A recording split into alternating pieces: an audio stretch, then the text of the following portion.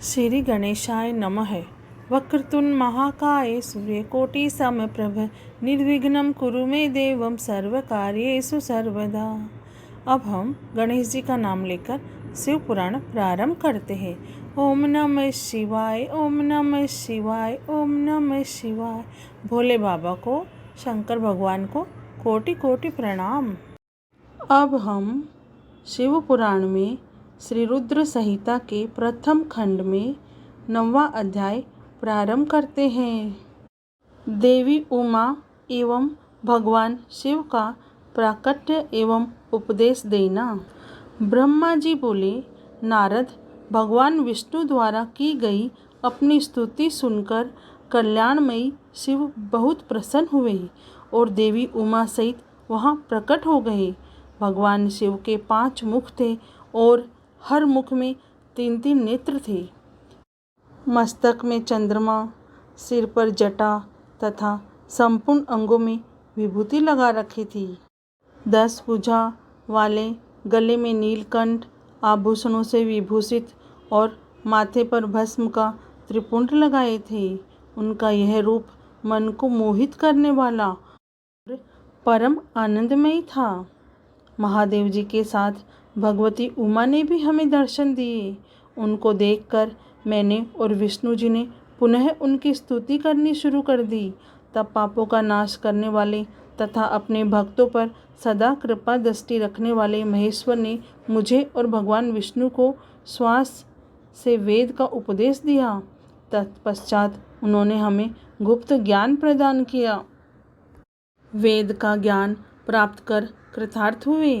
विष्णु जी और मैंने भगवान शिव और देवी के सामने अपने दोनों हाथ जोड़कर नमस्कार किया तथा प्रार्थना की। हे देव, आप किस प्रकार प्रसन्न होते हैं तथा किस प्रकार आपकी पूजा और ध्यान करना चाहिए, कृपया कर हमें इसके बारे में बताएं तथा सदुपदेश देकर धन्य करें। ब्रह्मा जी कहते हैं, नारद, इस प्रकार श्री हरि की यह बात सुनकर अत्यंत प्रसन्न हुए। कृपा निधान शिव ने प्रीतिपूर्वक यह बात की। श्री शिव बोले, मैं तुम दोनों की भक्ति से बहुत प्रसन्न हूँ। मेरे इसी रूप का पूजन व चिंतन करना चाहिए। तुम दोनों महाबली हो। मेरे दाएं बाएं अंगों से तुम प्रकट हुए हो। लोकपिता ब्रह्मा मेरे दाहिने पार्श्व से और पालनहार विष्णु मेरे बाएं पार्श्व से प्रकट हुए हो। मैं तुम पर भली भांति प्रसन्न हूँ और तुम्हें मनोवांछित फल देता हूँ। तुम दोनों की भक्ति सुदृढ़ हो। मेरी आज्ञा का पालन करते हुए ब्रह्मा जी आप जगत की रचना करें तथा भगत विष्णु जी आप इस जगत का पालन करें। भगवान विष्णु बोले, प्रभु, यदि आपके हृदय में हमारी भक्ति से प्रीति उत्पन्न हुई है और आप हम पर प्रसन्न होकर हमें वर देना चाहते हैं, तो हम यही वर मांगते हैं कि हमारे हृदय में सदैव आपकी अनन्य एवं अविचल भक्ति बनी रहे। ब्रह्मा जी बोले, नारद, विष्णु जी की यह बात सुनकर भगवान शंकर प्रसन्न हुए।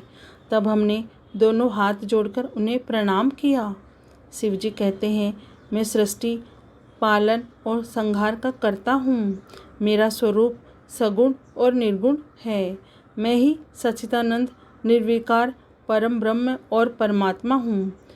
सृष्टि की रचना, रक्षा और प्रलय रूप गुणों के कारण मैं ही ब्रह्मा, विष्णु और रुद्र नाम धारण कर तीनों रूपों में विभक्त हुआ हूँ।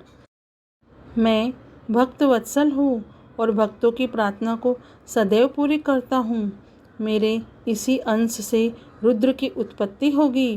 पूजा की विधि विधान की दृष्टि से हम में कोई अंतर नहीं होगा। विष्णु, ब्रह्मा और रुद्र तीनों एक रूप होंगे। इनमें भेद नहीं है। इनमें जो भेद मानेगा वह घोर नरक को भोगेगा। मेरा शिव रूप सनातन है तथा सभी का मूलभूत रूप है। यह सत्य, ज्ञान एवं अनंत ब्रह्म है। ऐसा जानकर मेरे यथार्थ स्वरूप का दर्शन करना चाहिए। मैं स्वयं ब्रह्मा जी की भ्रुकुटी से प्रकट होऊंगा। ब्रह्मा जी, आप सृष्टि के निर्माता बनो। श्री हरि विष्णु इनका पालन करेंगे तथा मेरे अंश से प्रकट होने वाले रुद्र प्रलय करने वाले हैं। उमा नाम से विख्यात परमेश्वरी प्रकृति देवी है। इन्हीं की शक्ति भूता वाग देवी सरस्वती ब्रह्मा जी की अर्धांगिनी होगी और दूसरी देवी जो प्रकृति देवी से उत्पन्न होगी लक्ष्मी रूप में विष्णु जी की शोभा बढ़ाएगी तथा काली नाम से जो तीसरी शक्ति उत्पन्न होगी वह मेरे अंशभूत रुद्रदेव को प्राप्त होंगी। कार्य सिद्धि के लिए वे ज्योति रूप में प्रकट होगी। उनका कार्य सृष्टि पालन और संहार का संपादन है। मैं ही सृष्टि पालन और संहार करने वाले रज आदि तीनों गुणों द्वारा ब्रह्मा विष्णु और रुद्र नाम से प्रसिद्ध हो 3 रूपों में प्रकट होता हूँ। तीनों लोकों का पालन करने वाले श्री हरि अपने भीतर तमोगुण तथा बाहर सत्वगुण धारण करते हैं। त्रिलोक का संहार करने वाले रुद्रदेव भीतर सत्वगुण और बाहर तमोगुण धारण करते हैं तथा त्रिभुवन की सृष्टि करने वाले ब्रह्मा जी बाहर और भीतर से रजोगुणी हैं। इस प्रकार ब्रह्मा विष्णु तथा रुद्र तीनों देवताओं में गुण है तो शिव गुणातीत माने जाते हैं। हे विष्णु, तुम मेरी आज्ञा से सृष्टि का प्रसन्नतापूर्वक पालन करो।